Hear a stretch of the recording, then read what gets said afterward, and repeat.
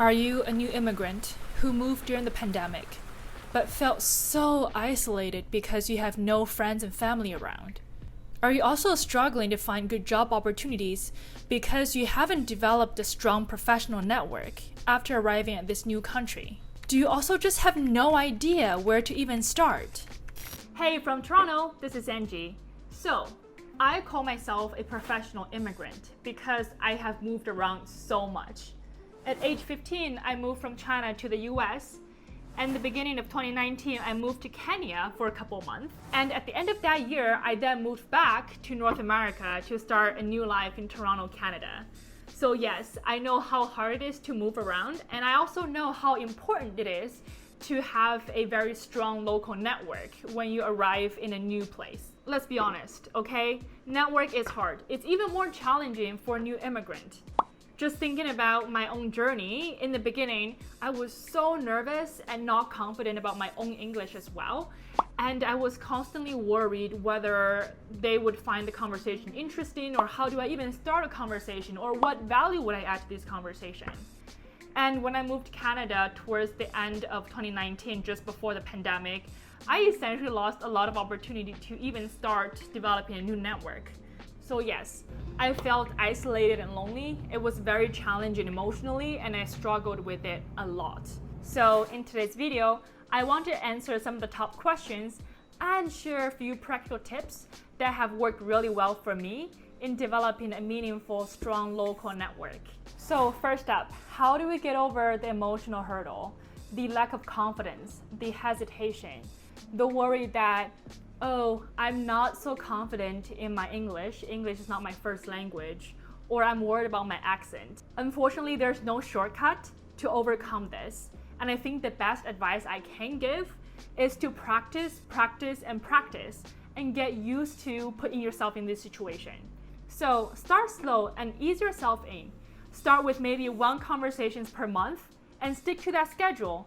And then gradually increase that frequency to eventually maybe 1 or 2 conversations per week. Now you've committed to start working on emotional barrier, and you want to know, what's the platform that I can use to start reaching out to people? How do I start doing that?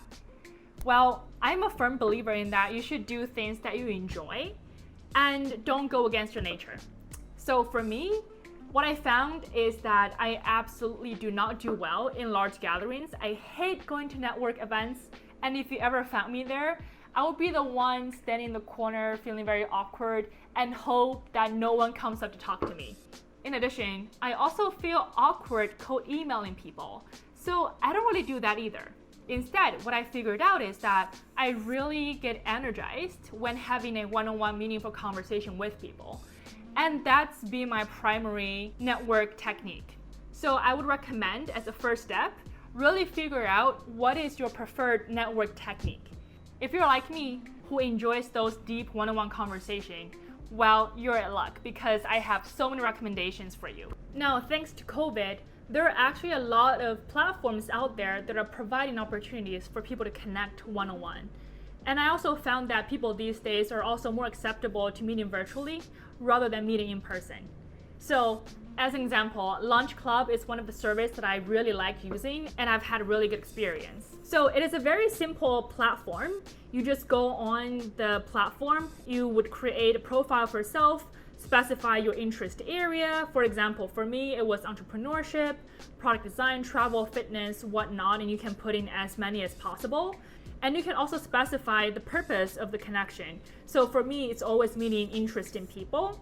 And then you can choose the cadence of your conversation. So typically I do 1 meeting per week. And honestly, I've had really, really good conversations with people I've met on Lunch Club. And another tip that I would give is to find yourself a community. Find yourself a very strong and very supportive community. Become a member and start reaching out to people within the same community. To me, this is a much easier and safer way to start building a very strong local relationship. As an example, Skillful is one of my favorite communities so far. So, what is Skillful? Skillful is a cohort-based learning program to help people get into strategy and operations role in the tech industry. So after you take the class or you become a mentor of the program, which is me in this case, you can then become a member of this community. And honestly, this community is so amazing that it's filled with so many very smart, interesting, and diverse people. I've had so many great conversations with people from this community. This is also how Rayful got his job at Builder. So I want to say that it is a really good community filled with lots of connections. Definitely worth checking it out. Link in the description as well. There are also a few other communities that are more centered around the tech or startup industry. So if you're interested, also check it out. One of it is called TechTio. It is focused on building a community centered around innovation and entrepreneurship. I also joined Lenny's newsletter. It's a community centered around tech startups, growth, product management, etc., etc. Now you've had the meeting set up and you start to worry, what am I going to say during those meetings? How can we have a good conversation? What if I have nothing to contribute? What if I'm not a value add to the other person? So how do you have a good conversation during one of those network calls? Well, first of all, let's break down the purpose of the call, whether it's for job searching or whether it's for just general meeting interesting people. If it is for job searching, then I think the purpose of the call is pretty straightforward. You're probably looking for a job and you're hoping the other person can give you some connections or hook you up with the interview opportunity. So I want to say that with this type of call, you can prepare very easily, making sure that you're very sharp with your elevator speech.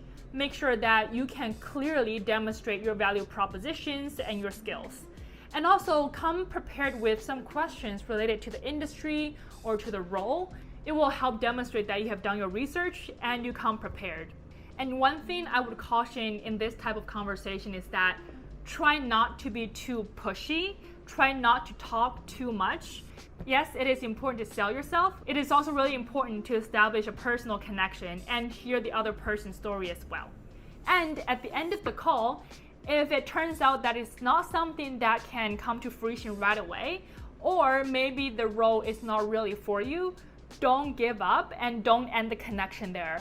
Make sure to ask the person if there's any other company, any other role, any other person that he or she would recommend you to talk to, and start branching out more and start reaching out to more people. It'll really help increasing your chance and at the same time broaden your network much more. Well, if it's the latter, which is the general connection, just meeting someone interesting, well, I think then all pressure off, right? Because it'll be like talking to a friend. In very extremely rare cases, you would have nothing, absolutely nothing to talk about. If that does happen, just ask a ton of questions. People love talking about themselves, and it will still be a good learning process to you. So usually, you will have something to say because your own story is so unique. So the key here is really to harness the power within your own story. What you think is something ordinary and not interesting could be very unique to someone else. And that is something that I've learned over the years. Before, I thought that my story, there's nothing unique about it. I mean, there are literally millions of Chinese who come abroad to study in the US, and I'm just merely one of them. I mean, it must be hard for everyone, right?